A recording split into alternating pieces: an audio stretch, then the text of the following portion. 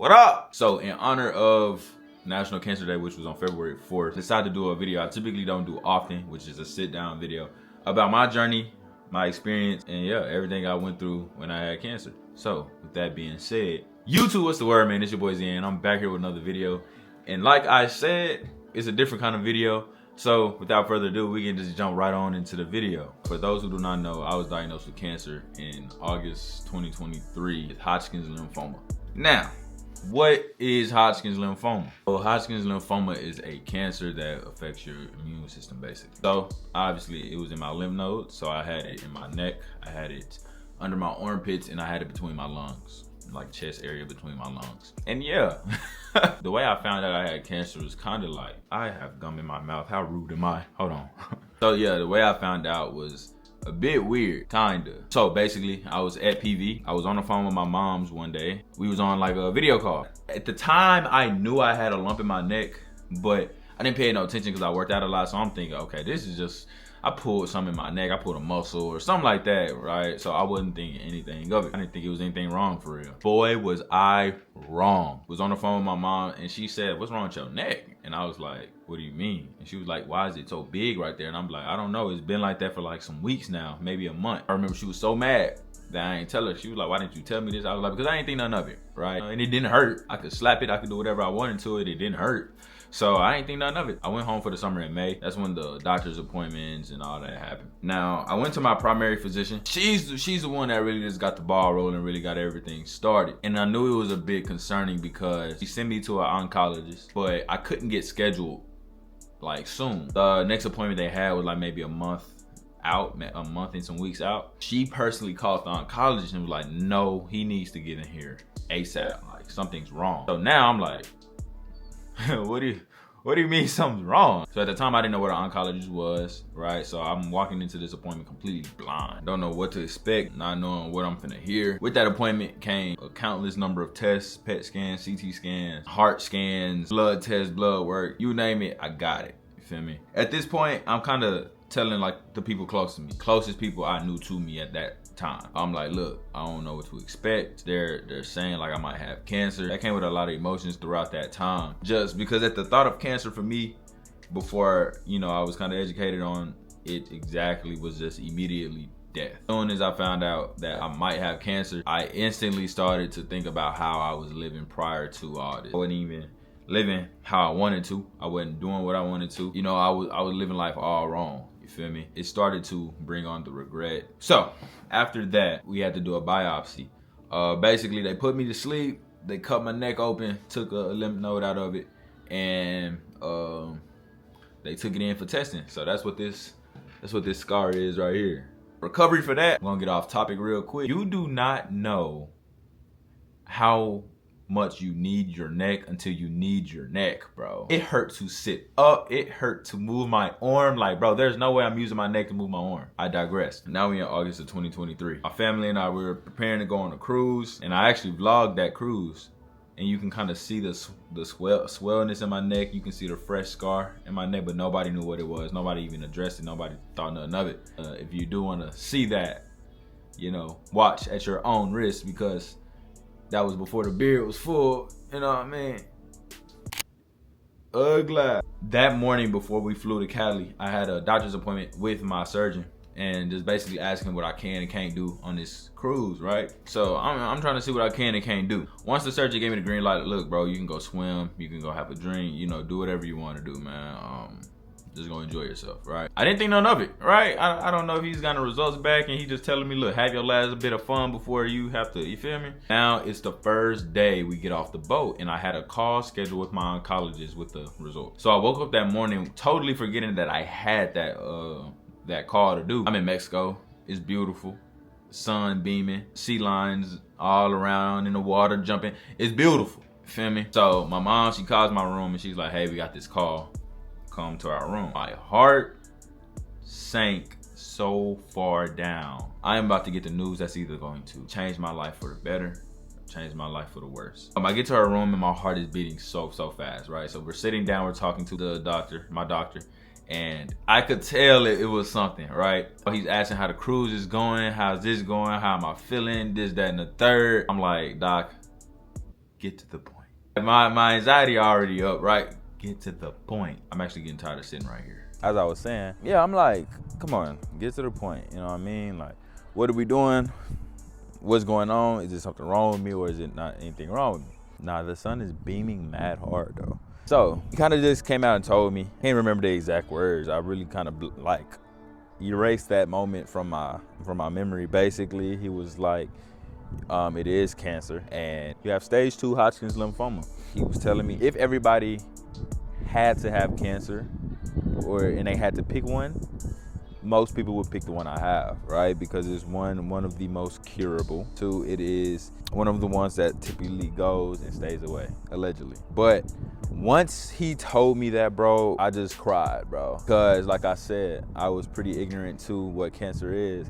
I just immediately thought, okay, I'm gonna die soon, you know? And like I said, I wasn't happy with how life was prior to that. He kind of told me he didn't want to tell me because he knew I was on a cruise, but my mom had told him like, nah, like, regardless, we want to know, right? After that, we hung up, and I just kind of had a moment there with my parents. It was just us 3. I think my sister was in there too. And my mom was just like, look, we're gonna finish the trip, and we'll handle reality when we get back to reality. From there on, I finished the trip on that cruise vlog. Like, you really couldn't tell I had just found out I had cancer. It was a tough thing to deal with at the time. So after that, we got back from the cruise, and I went home. Now it's kind of time to game plan how life is gonna work, how life is gonna go now. I had to go back to PV to move all my stuff out. And that was by far one of the hardest things at the beginning of the journey, like, that I had to deal with, bro. Moving out, not because I finished school, not because I graduated college, but because I got sick with cancer and I can't be here no more, right? And I had told all my friends at PV, I was like, look, y'all, I'm not here to move back in. I'm actually here to move out. Why? Why are you moving out? I got diagnosed with cancer, right? So that came with a lot of emotion and a lot of kind words to me.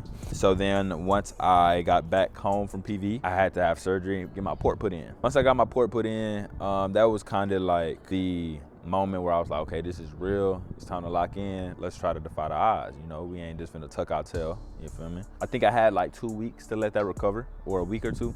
It was nothing crazy. Like, after I got my port put in, it didn't hurt like that. I had about a week or 2 to prepare for my first day of chemo. First day of chemo comes, I have no idea what to expect. I don't know what it is. I don't know what this is going to look like, right? So the morning of September 11th, I want to say, or something like that. I could be wrong. That morning, I woke up. My mom's was up far before me. Obviously, she couldn't sleep. I went to my oncologist, okay? So I went to my oncologist, checked in, got my blood work done as usual, and they took me to the back. When I get to the back, there are like just chairs lined up. And I'm just like, bro, what is this? And then I just see old person, old person, old person, old person, old person, old person, old person, old person.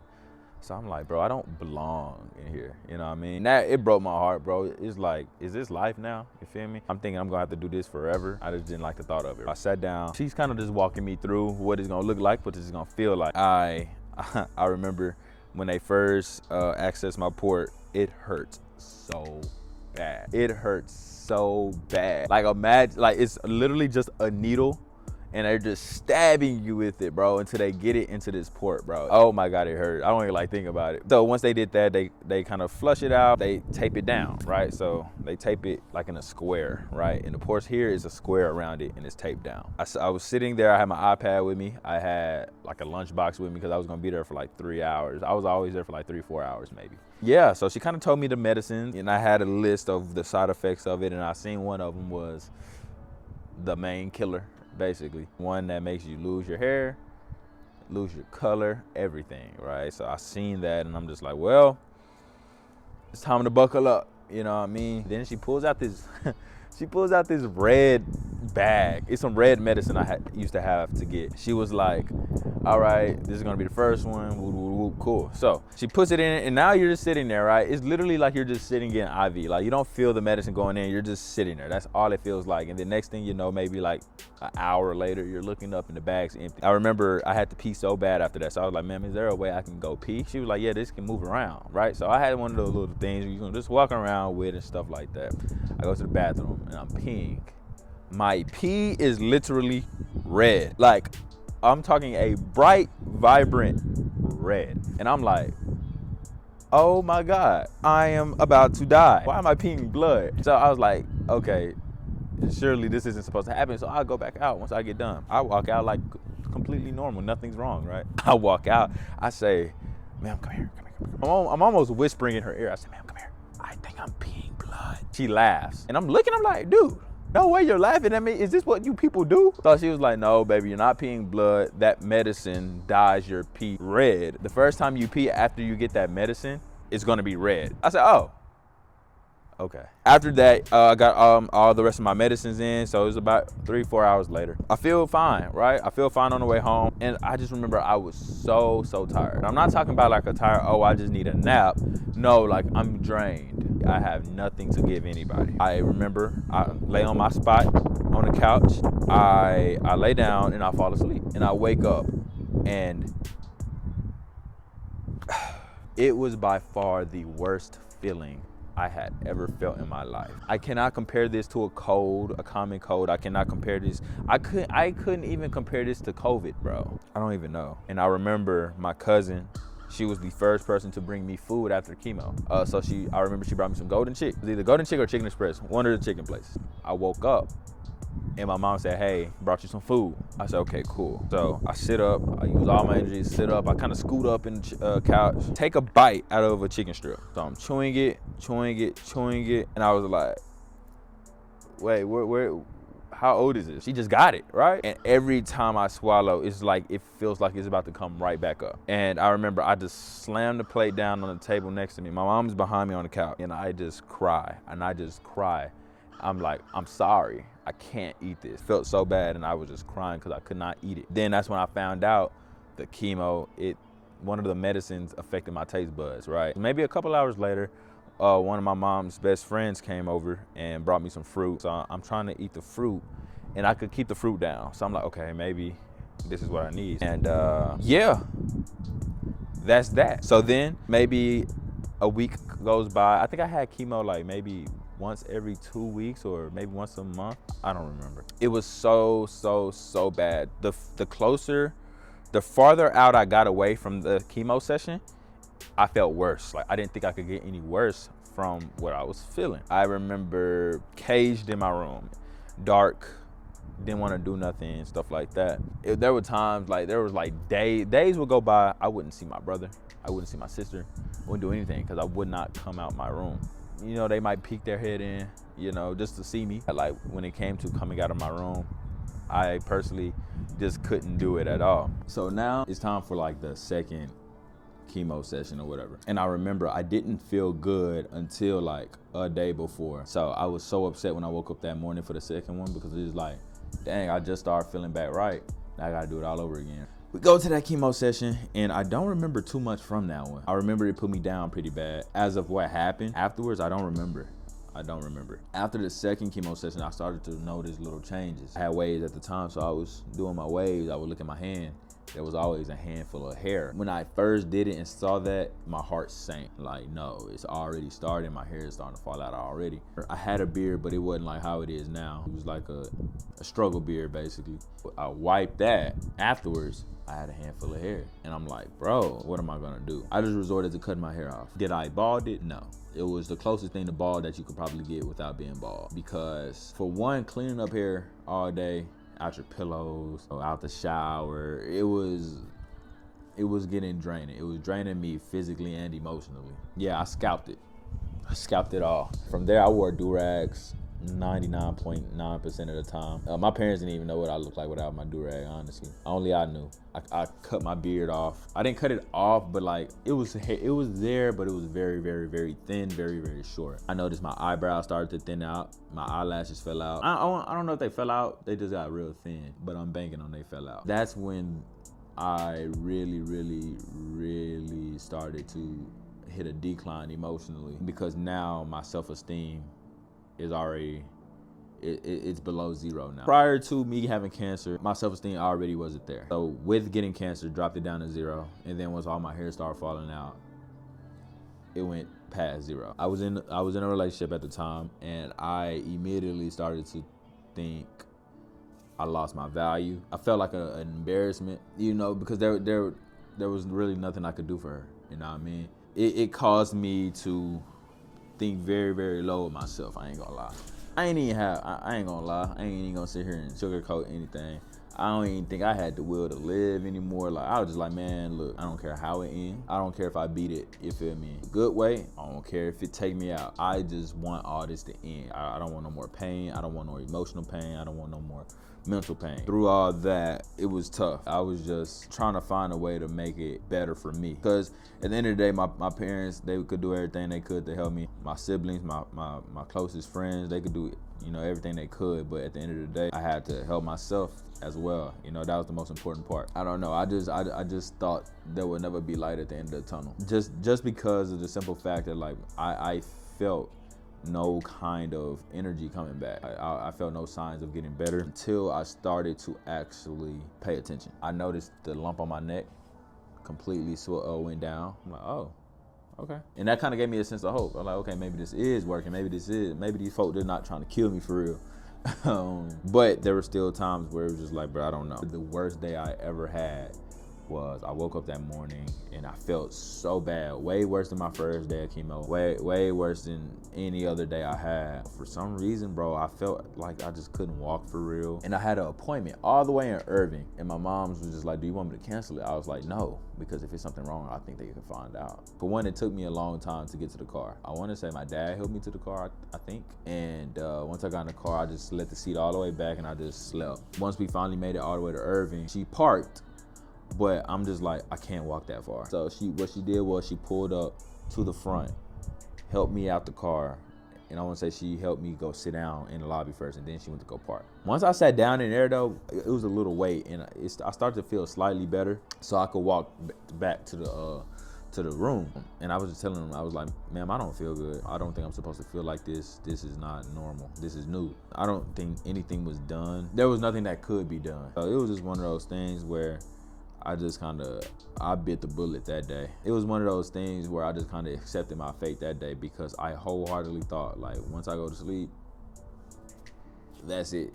I ain't waking back up, because it felt so bad. Like, that's the only time I felt good, when my eyes were closed. But by the grace of God, I woke up the next morning, right? And I felt fine. But now it is time for my last chemo session. So emotions are high. My two best friends came. I want to say Rob took off work, and then E came. I think he missed class, and other family members was there. Getting done with chemo that day, and everything was different after once they finally took everything out. And I walked out to see a hallway full of my people. The feeling I felt right then and there in that moment it's simply indescribable. That was the most loved I felt in a long time. I'm like, bro, these people really care about me.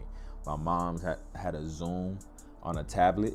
It was a countless number of people on there. Like, I genuinely felt all the love. What was that?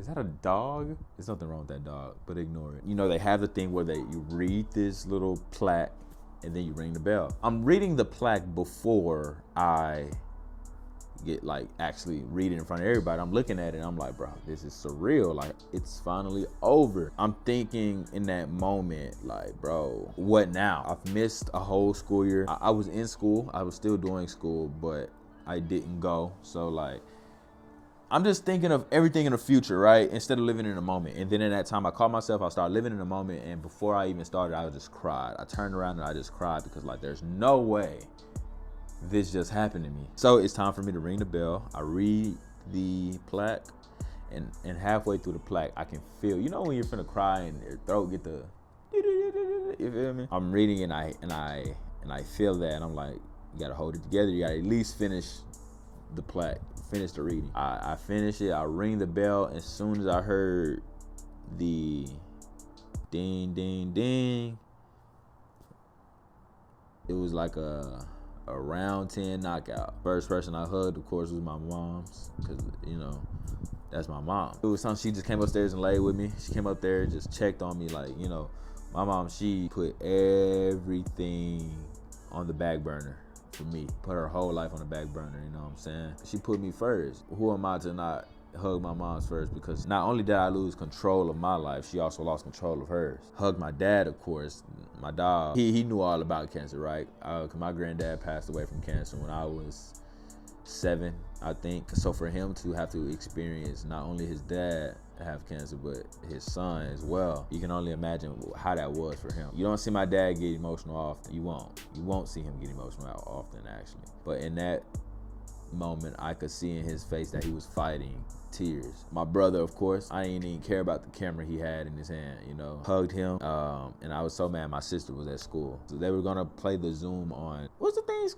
The smart board so the whole class could see it. But something happened to where it was a schedule conflict, and so she didn't see it. But, you know, that's my dog. And yeah, man, it was just, I hugged all my people, bro. Hugged my best friends, my grandparents, my aunts. And in that moment, bro, I felt accomplished, bro. I felt like the war was over. It's time to begin the chapter of my life I like to call the rebrand. So after that, December comes around. December was very, very tough for me because I was still sick. For some reason, that last chemo session took me out longer than any of the other chemo sessions. But I remember I was still sick, and the relationship I had, that ended. And then maybe a week or two later, I lost a friend of mine the day after Christmas. I thought once I rung that bell, life would just be straight positivity after that. Like, bro, like, you're done, right? In reality, it was only the beginning. So with losing that relationship and the emotional effect that had on me, I lost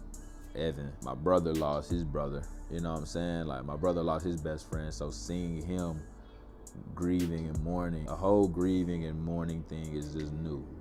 My family, we typically don't do it. We didn't have any deaths close to us in years, like close to us in years, since like '08, since my granddad, right? So once that happened, it took a turn. I felt like everything was going wrong. Got through that. January comes around, and it is time for radiation. So I did proton radiation, which basically is a very targeted radiation where it hits the exact spot it needs to, rather than the surrounding area. So I did that. February 14th, 2024 was my very, very last day of any kind of cancer treatment. And then from there is when life started to turn for me. Dealing with the effects of the chemo still, as well as the radiation, my skin was all burnt up. It hurt to touch, and it burned a big patch in my beard. So it was skin bald, like all under my beard here. I was starting to grow impatient. I'm like, dude, why isn't my hair coming back? Why is my hair falling out still? You feel me? Why is my skin doing this? Why is it ugly? Until I just started kind of to embrace the journey, trust the process. April comes around. It was my first day, my first time back in PV, bro, and I felt the love, of course. Maybe a few days later, maybe a week after I got back from PV, just visiting. On April 29th of 2024, I was considered cancer-free and completely in remission. No signs of cancer anywhere. And I remember I was so happy, right? Because not only was that rebrand chapter that I was telling you about already starting to happen, now I know, okay, like I'm officially done, right? It was a very reassuring situation there. So now it's just kind of like, what are the next steps? Am I going back to school? You know, what am I doing now? I decided to go back to school after getting done with chemo and radiation. And the first school year back from having cancer, I graduated with honors. I felt like I defied all odds. That was probably one of my biggest accomplishments right after beating cancer, because I went through so much. I lost people, I gained people. Most importantly, I had lost myself in that time. And then once I found myself and started to cherish life a bit differently, go about life differently, man, I realized life is beautiful. You really shouldn't take it for granted. A friend of mine actually just told me the other day, bro, there are people that pray for a life like mine, that have cancer or had cancer, or knew somebody that had cancer. A lot of people go through these things and don't make it out the other side. But I was blessed to make it out the other side, and now I'm here. I wanted to tell this story because the most important story you can tell is yours. That's why I decided to make this in honor of National Cancer Day. I tell people all the time that me going through this changed my whole perspective on life. I go about life differently. I cherish relationships differently. I treat people differently. You're gonna lose people in your journey in life. You're going to gain people in your journey in life, man. But as long as you don't lose yourself, and if you do lose yourself, try your hardest to find yourself, because once you find yourself, it's gonna be the most beautiful thing ever. I try to use my story as a little beacon or a bridge to show people it's gonna be okay. All the trials and tribulations, all the bad times and the depression times, you can make it out them times because I'm living proof. Feel me? If I could tell cancer one thing, I'd probably say I win. Even when the music stops, promise to keep